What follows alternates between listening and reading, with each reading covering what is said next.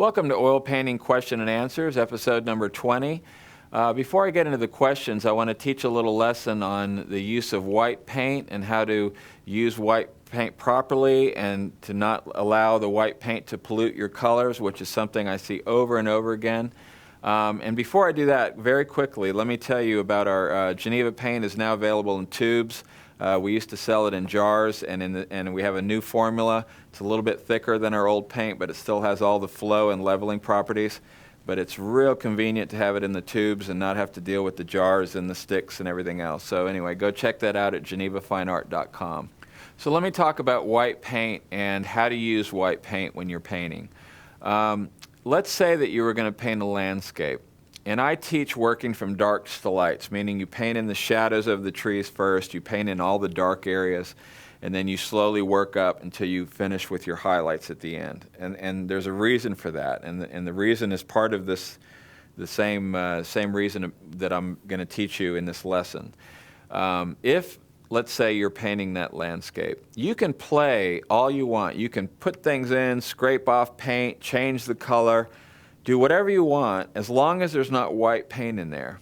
Because the moment you bring white paint into the landscape, let's say in some of the lighter greens, let's say there's some white in there, you start to play with that color, and instantly that milk gets down into your shadows. It pollutes everything. It's really hard to manage. White is, in that sense, is a powerful color because anything it gets into, it milks up, just that quick.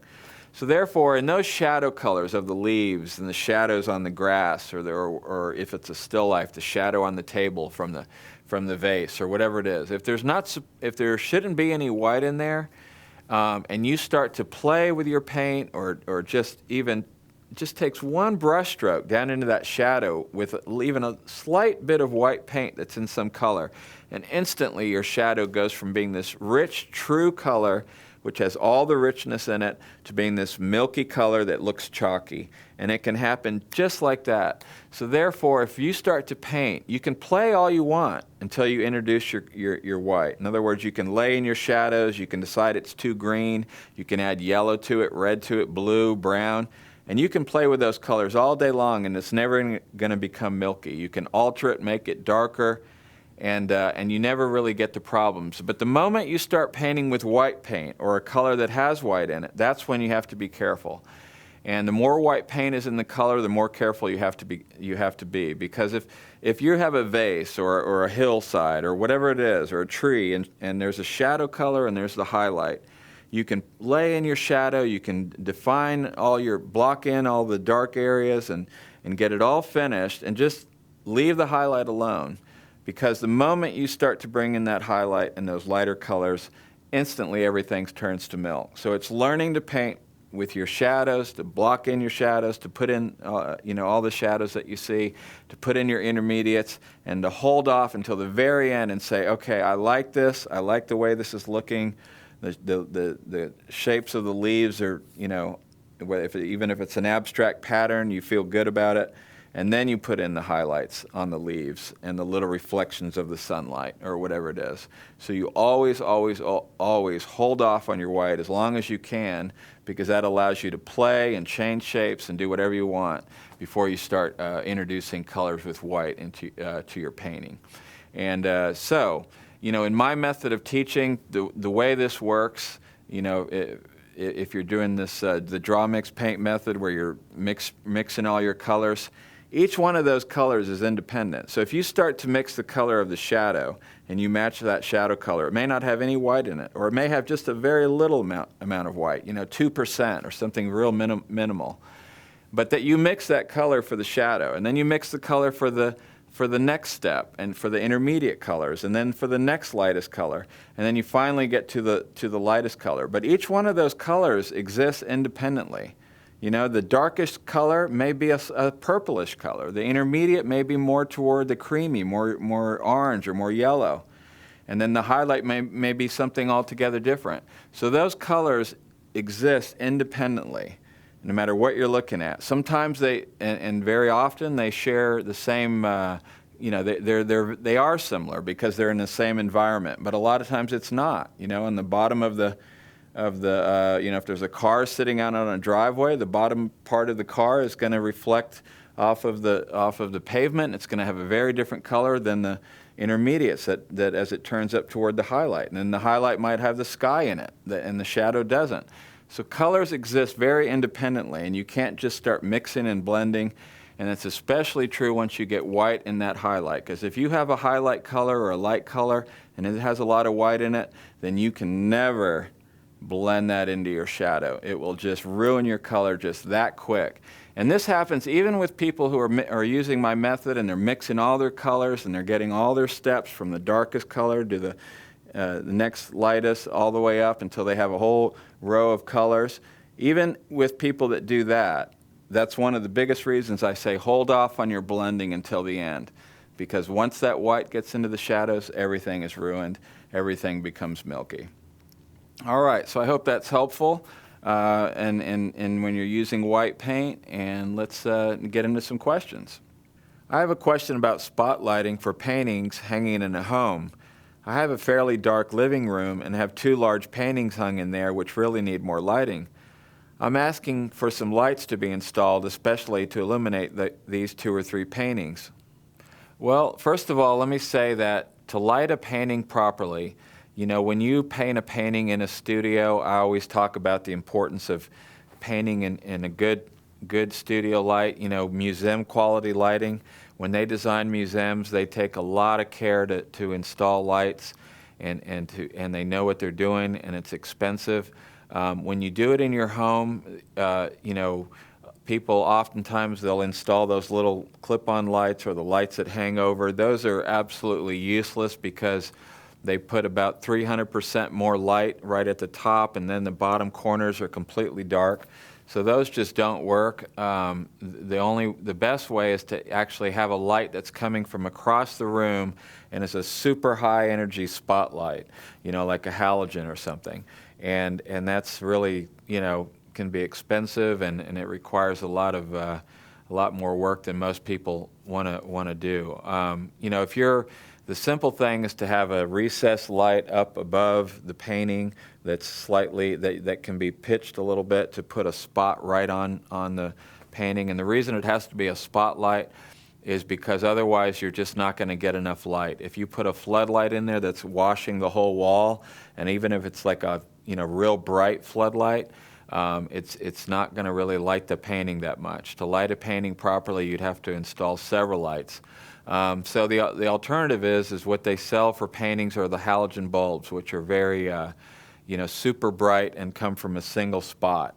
Otherwise, you'd have to put in 2 or 3 lights if they were normal floodlights. So I hope that's probably not the answer you're looking for.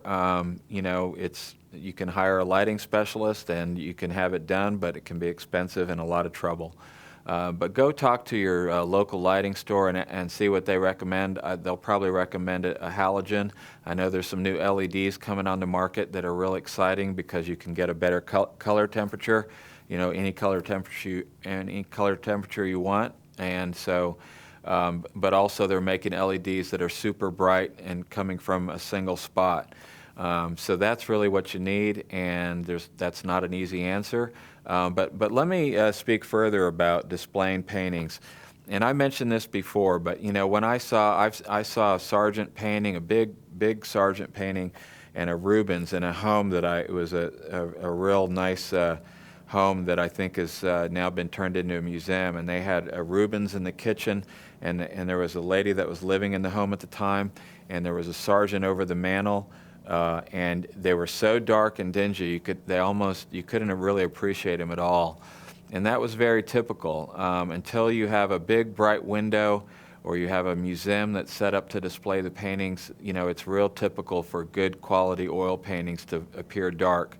It's not like you're doing a big bright watercolor where there's just white, you know, or even you know, some pastel paintings or paintings that are you know, more modern art tend to have big bright colors, but old oil paintings like Rembrandt type paintings that have the full spectrum of color into the dark shadows and are painted with a glossy varnish or finished with a glossy varnish, those paintings require a lot of light.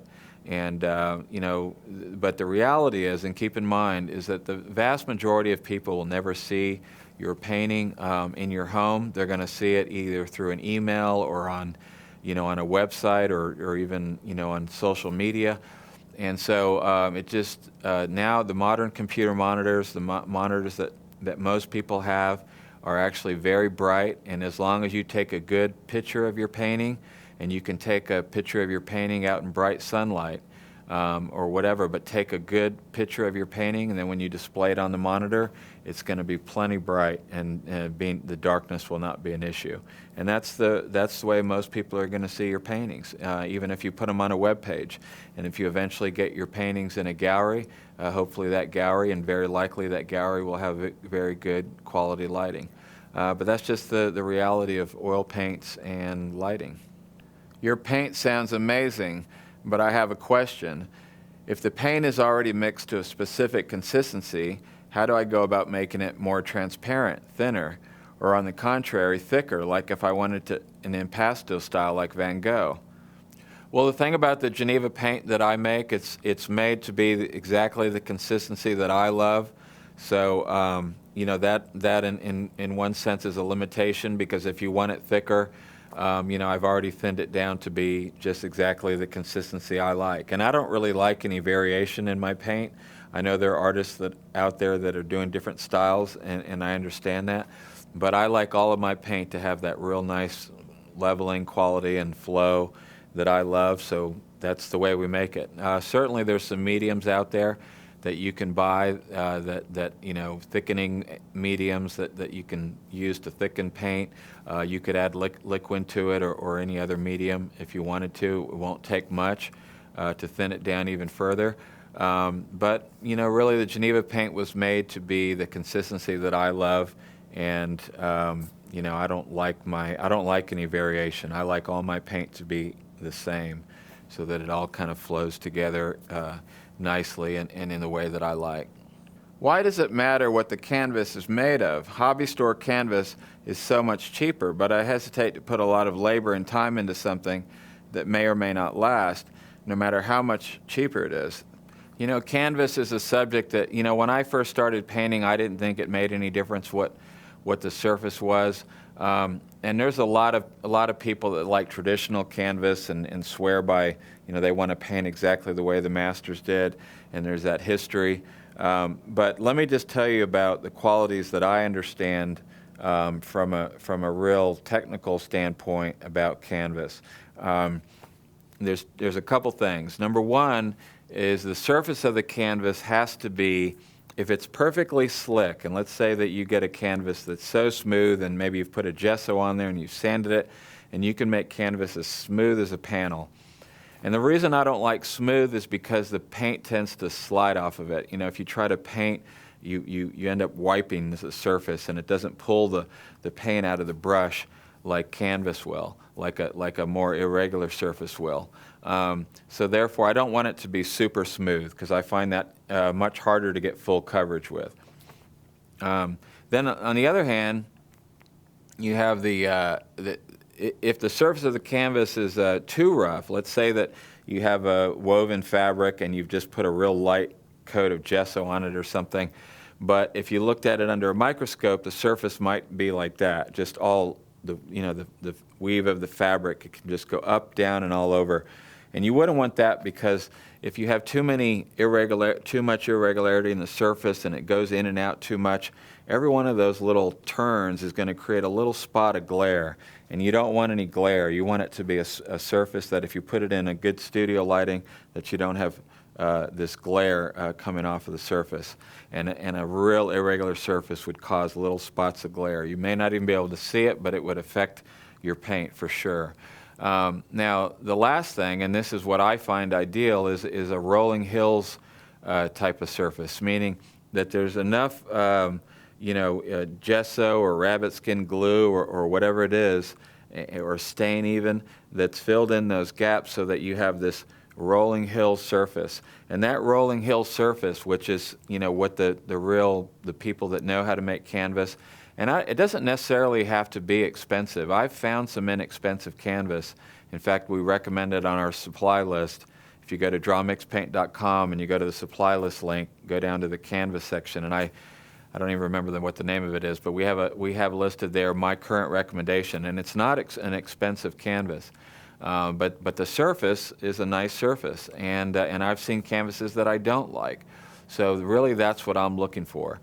Then the other issue is the structure of the canvas itself and how durable it is. Cotton tends to lose its stretch easier. In other words, over time, the cotton it doesn't hold a real tight stretch as well as linen will.